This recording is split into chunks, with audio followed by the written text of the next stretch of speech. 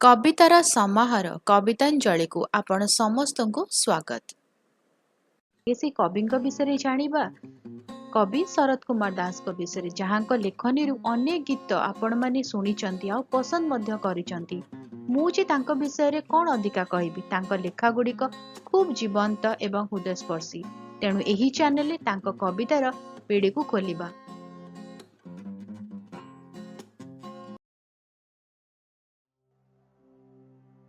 ଅଳ୍ପ ଦିନ ତଳେ ଯାଇଥିଲି ବାଲ୍ୟବନ୍ଧୁ ରାମହରି ବାବୁଙ୍କ ଘରକୁ ଟିକିଏ ମନକୁ ତାଜା କରିବା ପାଇଁ। ଗପୁ ଗପୁ ପଚାରି ବସିଲି ରଜନୀ ବାବୁଙ୍କ କଥା। ଯେବେ ରାମହରି ବାବୁଙ୍କ ଘରକୁ ଯାଏ ପ୍ରାୟତଃ ଦେଖା ହେଇଥାନ୍ତି ରଜନୀ ବାବୁ। ରାମହରି ବାବୁ କିଛି କହିବା ଆଗରୁ ମୋ ହାତକୁ ବଢେଇ ଦେଲେ ଚିଠି ଖଣ୍ଡେ। ଚିଠିଟିକୁ ମୁଁ ସମାପ୍ତ କରି ପାରିଲିନି। ଝିଅଟିଏ କେତେ ଆଶା ଓ ସ୍ୱପ୍ନ ନେଇ ଶାଶୁ ଘରକୁ ଯାଏ, ହେଲେ ସେଇଠି ସେ ଯଦି ଏକ ପଞ୍ଜୁରୀବଦ୍ଧ ଶୁଆଟିଏ ପରି ବଞ୍ଚେ, ତା ଜୀବନ ନର୍କ ପାଲଟିଯାଏ। ଶୁଆ ପଞ୍ଜୁରୀ ଭିତରେ ଆବଦ୍ଧ ହୋଇ ଭଗବାନଙ୍କୁ ଡାକୁଥାଏ, ଶ୍ରୀ ଶ୍ରୀ ଶ୍ରୀ ଚକ୍ରଧର, ମୋତେ ପକ୍ଷୀ ଜନ୍ମରୁ ପାରି କର। ସେଇଦିନ ଘରକୁ ସିନା ଫେରି ଆସିଲି, ହେଲେ ମୁଁ ଶାନ୍ତିରେ ବସି ପାରିଲି ନାହିଁ। କଲମ ମୁନରୁ ବାହାରି ଆସିଲା କବିତା ଶ୍ରୀ ଚକ୍ରଧର ଗୀତ। ଚାଲନ୍ତୁ ଜାଣିବା ସେ କବିତାରେ କଣ ରହିଛି। ଶ୍ରୀ ଚକ୍ରଧର ଗୀତ ହେଉଛି କବିତାର ଶୀର୍ଷକ। ଝିଅ ଆଲବମ୍ରୁ ତା ପିଲା ଦିନର ଫଟୋ ଦେଖିଲା। କୁନି କୁନି ହାତରେ ବାପାଙ୍କ ପିଠିରେ ଲାଉ ହେଉଥିଲା। ମାଆଙ୍କ କୋଳରେ ବସି ଆକାଶରୁ ମାଗୁଥିଲା ଚାନ୍ଦ।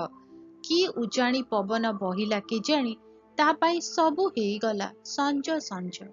ପୋଖରୀ ତୁଠ ସାଙ୍ଗ ମେଳ, ଯାତ୍ରା ଦେଖା ବୋହୂଚୋରୀ ଖେଳ, ସବୁ ମନା ହେଇଗଲା।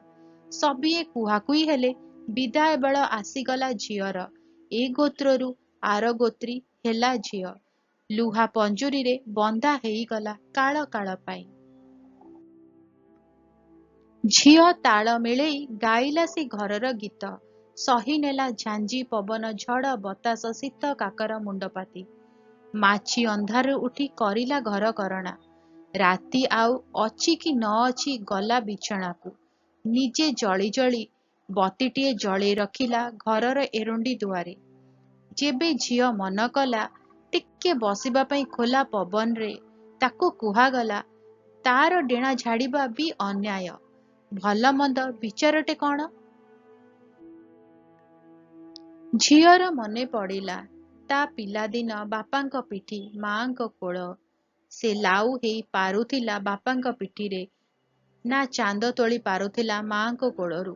ଗୋପନରେ ନିଜର ଦୁଃଖକୁ ଛାତି ତଳେ ଚାପି ରଖି ସେ ଗାଇ ଚାଲିଥିଲା ପଞ୍ଜୁରୀ ଭିତରୁ ଶ୍ରୀ ଚକ୍ରଧର ଗୀତ। କେମିତି ଲାଗିଲା? ଭଲ ଲାଗିଲା ନା?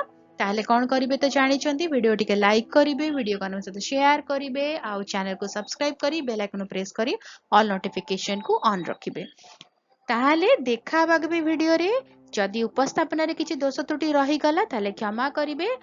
ଦେଖା ହେବା ଆଗାମୀ ଅଧ୍ୟାୟରେ। ରହୁଛି ଆପଣଙ୍କ ଅନାମିକା। ନମସ୍କାର।